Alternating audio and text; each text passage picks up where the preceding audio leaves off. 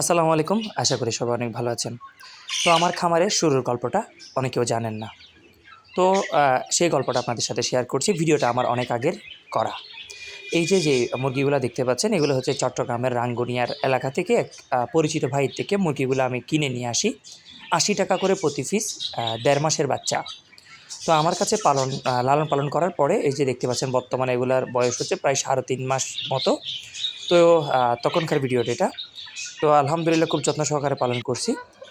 এরপরে দেখতে পাচ্ছেন এই যে এগুলো এখন মাশাআল্লাহ খুব বড় সাইজ হয়েছে মোরগগুলা এবং মুরগিগুলা বর্তমানে ডিম পেড়ে কোচে বসার জন্য আপনার রেডি হয়ে গেছে সব মুরগি। তো এটা হচ্ছে মুরগির যে বাচ্চাগুলো আমি তা দেওয়ার জন্য বসাইছি সেই ভিডিওটা আপনারা দেখতেছেন।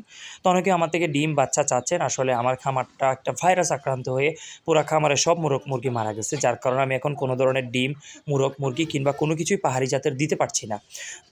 সেজন্যই আমি চিন্তা করছি আপনাদের সাথে ভিডিওটা আমি শেয়ার করি। তো দেখতে পাচ্ছেন মাশাআল্লাহ এই পাহাড়ি জাতের মুরগিগুলা প্রচুর পরিমাণে ডিম দেয়। এই যে দেখতে পাচ্ছেন এখানে যতগুলা মুরগি দেখতে সবগুলাই কিন্তু ডিমে। হ্যাঁ, প্রচুর ডিম দেয় মাশাআল্লাহ। তারপরে হচ্ছে কি এটা পালার আরেকটা বৈশিষ্ট্য দেখতে পাচ্ছেন এগুলার মোরগগুলাও কিন্তু অনেক বড়, বড় সাইজের হয়। তো কিছুদিন সবাইকে কুচে দেওয়ার পরে দেখতে পাচ্ছেন ওদের নিজেদের বাচ্চা ওরা খুব সুন্দরভাবে আসলে নিজেরা ফুটায়।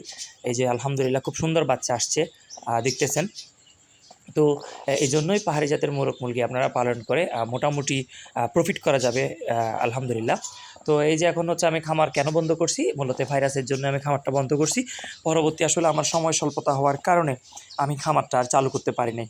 এখন আপনাদেরকে আসলে আমি পাহাড়ি জাতের মুরগির সুন্দর ভিডিও দিয়ে থাকি। তো কেউ যদি সংগ্রহ করতে চান ওই বাজার থেকে আপনারা সরাসরি গিয়ে সংগ্রহ করতে পারবেন, হ্যাঁ? তো বিগত একটা ভিডিও দিয়েছিলাম আমি একটা ভাইয়ের খামারে বিভিন্ন পাহাড়ি জাতের মুরগির বাচ্চা, হ্যাঁ? অনেকে আমাকে বলেন ভাই বাচ্চা আছে কিনা বা বাচ্চা দিতে পারবেন কিনা? আসলে ওই বাচ্চাগুলো আমি দিতে পারি না। কারণটা হচ্ছে আরেকজনের খামার প্লাস ওনার কাছে বাচ্চা সবসময় অ্যাভেলেবেল থাকে না।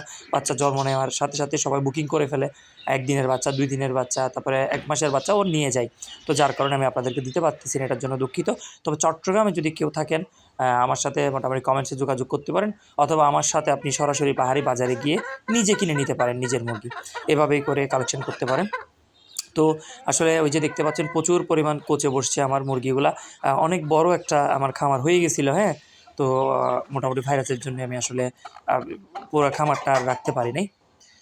তো চিন্তা করলাম আপনাদের সাথে ভিডিও আকারে এটা শেয়ার করি।